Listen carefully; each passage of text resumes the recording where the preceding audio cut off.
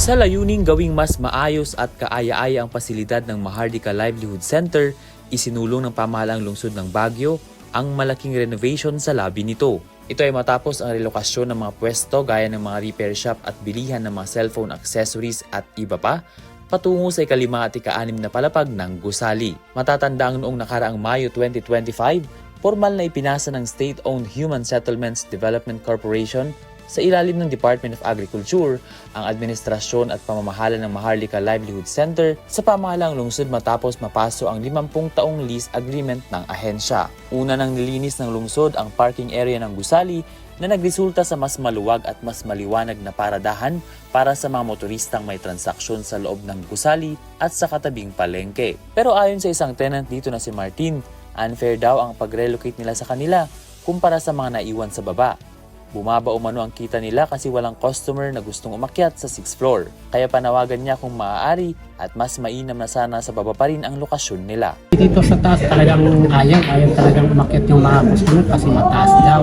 Lalo yung mga matatanda, ayaw talagang umakyat. Wala, talaga ang kita namin dito talagang kung hindi ako bumababa talaga sa baba na kumukuha ng customer sa dating pwesto namin. Wala kaming customer talaga dito sa taas. Kaya lahat ng umaakyat dito sa Mahardika, pumapasok sa Mahardika, siyempre yung nakikita nilang repairan sa baba, doon sila magpaparepair. Kaya ayaw nila talaga dito sa taas magparepair. Ipinaliwanag naman ni City Budget Officer Attorney Leticia Clemente na siya ring chairperson ng Mahardika Transition Committee na ang 39 na stalls na inalis mula sa lobby at mga hallway ay kabilang sa may tinuro ng Bureau of Fire Protection bilang posibleng sagabal sa maayos na daloy ng mga tao sakaling magkaroon ng emergency. Aniya maraming kailangang ikonsidera at wala silang ibang hangad kundi ang kapakanan ng mga vendors at mga tenants at ang mas ikaaayos ng lungsod. As far as the city is concerned, we provided the relocation for them, and it's now their decision whether they will occupy these relocation sites or not.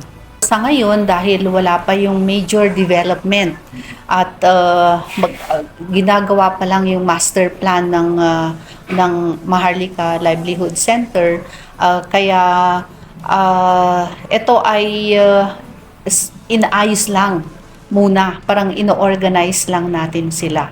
So they will expect from time to time that there will be adjustments at syempre dapat mas mapaganda yung mga lokasyon kasi meron doon noon na mga mas nauna na occupying already a regular stall. Itong mga nirelocate natin kasi mga additional itong mga to na dati ay wala naman sila pero nandun nga, but syempre merong mga talagang kailangang mga sakripisyo na magagawa. At ito naman ay temporary lang din. Eventually, lahat sila ay magkakasama sa isang floor. Dagdag pa ng opisyal, ang pagsasaayos ng lobby ay bahagi lamang ng mas malalaking proyektong ipatutupad ng lungsod sa Mahardika na isasagawa depende sa pagkakaroon ng sapat na pondo. Ayon pa kay Clemente, nakalaan na ang pondo para sa renovation ng lobby at sa rehabilitasyon ng basement na nasunog sa 8 oras na sunog noong Setyembre 2025 at hinihintay na lamang ang aktwal na implementasyon ng mga proyekto. Ven Pong Sila para sa Mata ng Agila, Northern Luzon, matatag, matapang, matapat.